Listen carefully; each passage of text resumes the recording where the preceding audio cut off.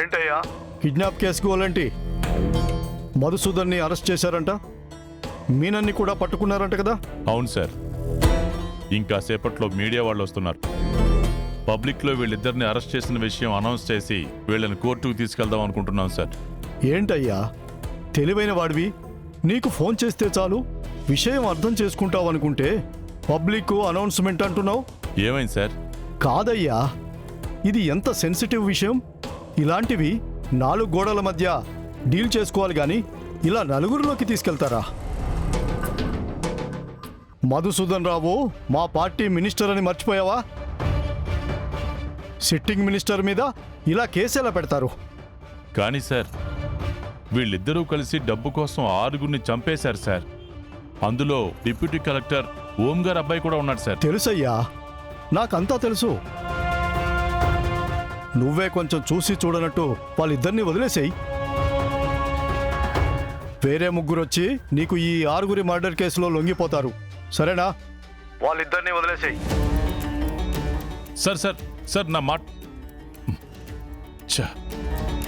ఏమైంది సార్?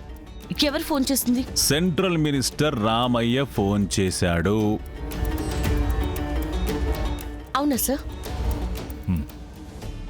మమ్మల్ని వదిలిపెట్టమని మా ప్లేస్లో 3 వచ్చి లొంగిపోతారని చెప్పుంటాడు. ఏం జడే, బ్యాకప్ ప్లాన్ లేకుండా ఇంత పెద్ద నెట్వర్క్ ఎలా నడుపుతా చెప్పు? మీరీ కేసుని కోర్టు వరకు తీసుకెళ్లినా ఒక్క సాక్ష్యం కూడా రాదు.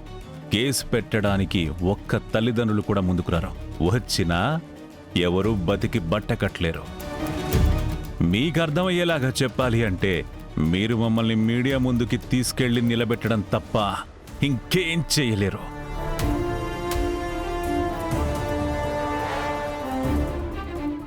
నీ కళ్ళ ముందే మేమిద్దరం ఇదే స్టేషన్ నుంచి నడుచుకుంటూ వెళ్ళిపోతాం. అది మా దగ్గరున్న డబ్బుకున్న పవర్. నా పవర్ ముందు నీ కాకి డ్రెస్ పనికిరాదు చెడే. అయ్యో మీనన్, నా గురించి అంతా తెలుసంటావు, నా ఫ్యాన్ అంటావు. ఇంతే నన్ను అర్థం చేసుకుంది. ఇవాళ నిజంగా నేను డిసప్పాయింట్ అయ్యాను. ఆ చనిపోయిన 6గురికి న్యాయం జరిగేలా చేస్తానని నాకు నేను ప్రామిస్ చేసుకున్నాను.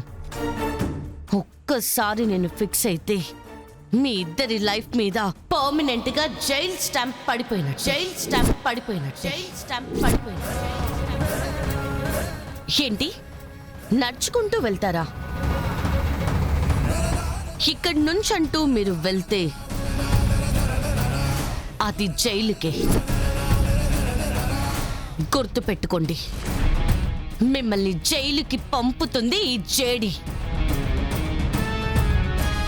ఇది ఫిక్స్. Ma'am 1 minute.